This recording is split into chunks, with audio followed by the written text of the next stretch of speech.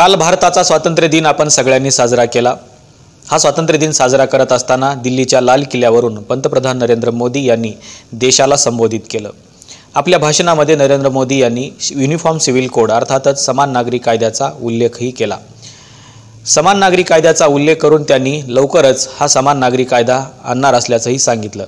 परंतु या समान नागरी कायद्याचं नाव त्यांनी आपल्या भाषणामध्ये बदललेलं आहे। समान नागरी कायद्याचा ज्यावेळेस आपण उल्लेख करतो त्यावेळेस आपल्याला असं दिसतं की समान नागरी कायदा हा मागच्या 75 वर्षापासूनचा एक चर्चेचा विषय आहे। नेमकं पंतप्रधान नरेंद्र मोदी आपल्या भाषणामध्ये काय म्हणाले हे आपण सुरुवातीला बघूया। देशवासियों, हमारे देश में सुप्रीम कोर्ट ने बार बार यूनिफॉर्म सिविल कोड को लेकर जो चर्चा की है, अनेक बार आदेश दिए हैं, क्योंकि देश का एक बहुत बड़ा वर्ग मानता है और उसमें सच्चाई भी है कि जिस सिविल कोड को हम लेकर के जी रहे हैं वो सिविल कोड सचमुच में तो एक प्रकार का कम्युनल सिविल कोड है, भेदभाव करने वाला सिविल कोड है। ऐसे सिविल कोड से जब संविधान के 75 वर्ष मना रहे हैं और संविधान की भावना भी जो हमें कहती है करने के लिए, देश की सुप्रीम कोर्ट भी हमें कहती है करने के लिए, और तब जो संविधान निर्माताओं का सपना था उस सपने को पूरा करना हम सबका दायित्व है। और मैं मानता हूं इस गंभीर विषय पर देश में चर्चा हो, व्यापक चर्चा हो, हर कोई अपने विचारों को लेकर के आए और उन कानूनों को, जो कानून धर्म के आधार पर देश को बांटते हैं, जो ऊंच नीच का कारण बन जाते हैं, ऐसे कानूनों को आधुनिक समाज में कोई स्थान नहीं हो सकता है। और इसलिए मैं तो कहूंगा अब समय की मांग है कि देश में एक सेकुलर सिविल कोड हो। हमने कम्युनल सिविल कोड में 75 साल बिताए हैं, अब हमें सेक्युलर सिविल कोड की तरफ जाना होगा और तब जाकर के देश में धर्म के आधार पर जो भेदभाव हो रहे हैं, सामान्य नागरिक को जो दूरी महसूस होती है उससे हमें मुक्ति मिलेगी। मेरे आपल्या सगळ्यांना माहिती आहे की भारतीय जनता पक्षाच्या अजेंड्यावर नसलं तरीही राष्ट्रीय स्वयंसेवक संघाच्या अजेंड्यावरती महत्त्वाचे 3 विषय होते। एक म्हणजे कलम 370, दुसरा राम मंदिर आणि तिसरा समान नागरी कायदा। हे 3 विषय भारतीय जनता पक्षासाठी नसले तरी राष्ट्रीय स्वयंसेवक संघासाठी खूप महत्त्वाचे विषय आहेत आणि हेच विषय घेऊन त्यांचा असलेला पक्ष अर्थातच भारतीय जनता पक्ष सध्या देशामध्ये काम करताना आपल्याला पाहायला मिळतो आहे। काही दिवसापूर्वी आपल्याला माहिती आहे की कलम 370च्या अनुषंगाने त्यांनी घटनेमध्ये दुरुस्ती केली आणि कलम 370ला असलेली स्वायत्तता त्यांनी रद्द केली। दुसरी महत्त्वाची गोष्ट म्हणजे राम मंदिराचं बांधकामही त्यांनी पूर्ण केलं। आता राहिला तिसरा विषय आणि तो म्हणजे युनिफॉर्म सिव्हिल कोडचा।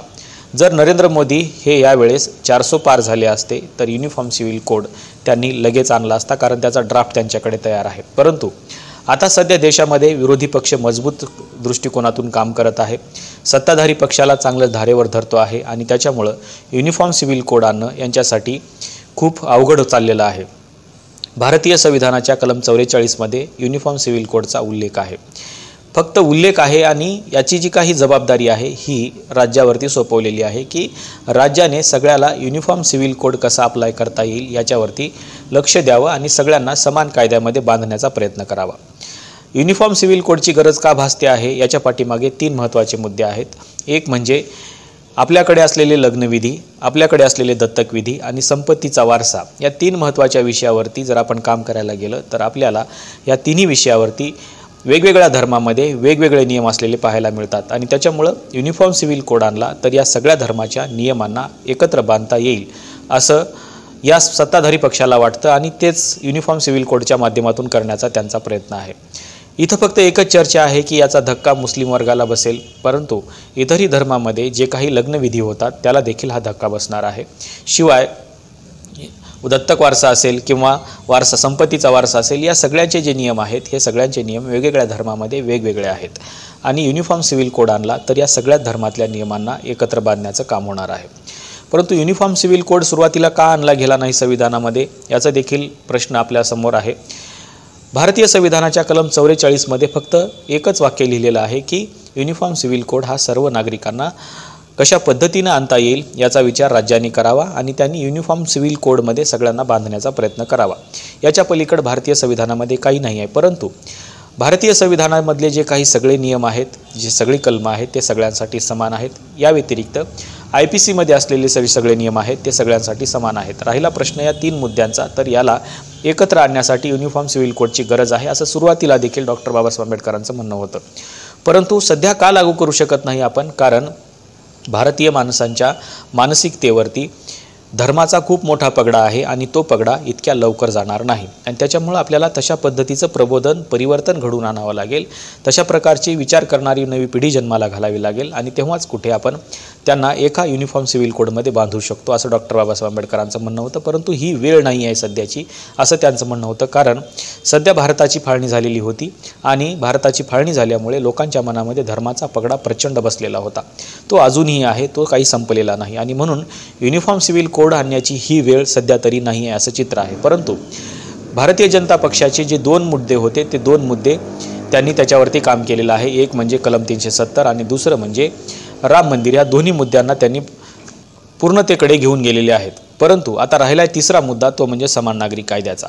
समान नागरिक कायद्याचा ड्राफ्ट देखील तयार आहे असं सांगितलं जाते आणि समान नागरिक कायदा लवकरच लागू करण्यात येईल असंही म्हटलं जाते. परंतु समान नागरिक कायदा आणत असताना युनिफॉर्म सिव्हिल कोड याच्याऐवजी त्यांनी आता सेक्युलर सिव्हिल कोड असं म्हटलेलं आहे. नरेंद्र मोदी यांच्या तोंडातून पहिल्यांदाच कुठेतरी सेक्युलरिझमचा उल्लेख आपल्याला ऐकायला मिळतो आहे किंवा सेक्युलर या शब्दाचा उल्लेख ऐकायला मिळतो आहे.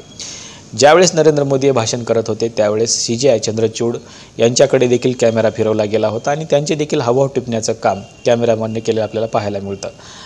परंतु युनिफॉर्म सिव्हिल कोड आणत असताना त्यांनी आता असं म्हटलेलं आहे की इतके दिवस जे काही कायदे आपण या देशामध्ये लागू केले होते धर्माच्या बाबतीमधले ते कम्युनल सिव्हिल कोड होते असं नरेंद्र मोदी यांचं म्हणणं आहे. आता ह्या कम्युनल सिव्हिल कोडला बाजूला करून आपल्याला सेक्युलर सिव्हिल कोड आणायचा आहे असं देखील नरेंद्र मोदी यांचं म्हणणं आहे.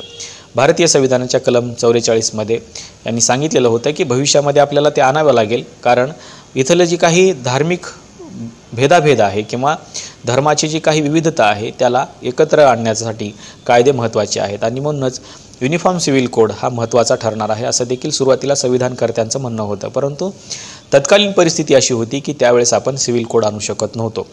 आता जो काही युनिफॉर्म सिव्हिल कोड आणला जाणार आहे याला देखील अनेक धर्मातून विरोध देखील आहे. परंतु त्यांच्यावरती हा civil code uniform civil code लादण्याचं काम हे सरकार करणार आहे. मुळात युनिफॉर्म सिव्हिल कोडसाठी सरकारने 1 वर्ष 2 वर्ष 3 वर्ष किंवा आणखीन काही दिवस युनिफॉर्म सिव्हिल कोड म्हणजे नेमकं काय आहे, त्याच्यामुळे नेमकं काय बदलणार आहे आणि आपल्याला सगळ्यांना भारतीय म्हणून कसं युनिफॉर्म सिव्हिल कोडमध्ये आणता येईल याचा विचार करणंही गरजेचं आहे आणि तो समाजाच्या समोर मांडणंही गरजेचं आहे आणि तशा प्रकारची पृष्ठभूमी अगोदर तयार करणं गरजेचं आहे. डॉक्टर बाबासाहेब आंबेडकरांचंही म्हणणं हेच होतं की जर तुम्हाला भविष्यामध्ये युनिफॉर्म सिव्हिल कोड या देशामध्ये लागू करायचा असेल तर तुम्हाला अगोदर त्याची पृष्ठभूमी तयार करावी लागेल आणि जर तशी पृष्ठभूमी तयार झाली तर तुम्हाला तो कायदा लागू करायला काहीच अडचण येणार नाहीत. परंतु सध्याची परिस्थिती अशी आहे की लोक जातीमध्ये असतील, धर्मामध्ये असतील असल्याला विभागलेले आपल्याला पाहायला मिळत आहेत आणि म्हणून हे विभागलेला समाज जो आहे याच्यामध्ये परिवर्तन आणि प्रबोधन सुरुवातीला घडवून आणावं लागेल. तशा प्रकारची पृष्ठभूमी अगोदर घडवून आणावी लागेल आणि मग आपल्याला युनिफॉर्म सिव्हिल कोड असेल किंवा सेक्युलर सिव्हिल कोड असेल याचा विचार आपल्याला भविष्यामध्ये करावा लागणार आहे. आपल्याला नेमकं नरेंद्र मोदी यांच्या भाषणातील या मुद्द्याबद्दल काय वाटतं? युनिफॉर्म सिव्हिल कोड अथवा सेक्युलर सिव्हिल कोड लागू करण्याची सध्याची परिस्थिती आहे का? आपल्याला नेमकं काय वाटतं हे सांगायला विसरू नका. आजच्या व्हिडिओमध्ये आपण इथेच थांबूया. धन्यवाद.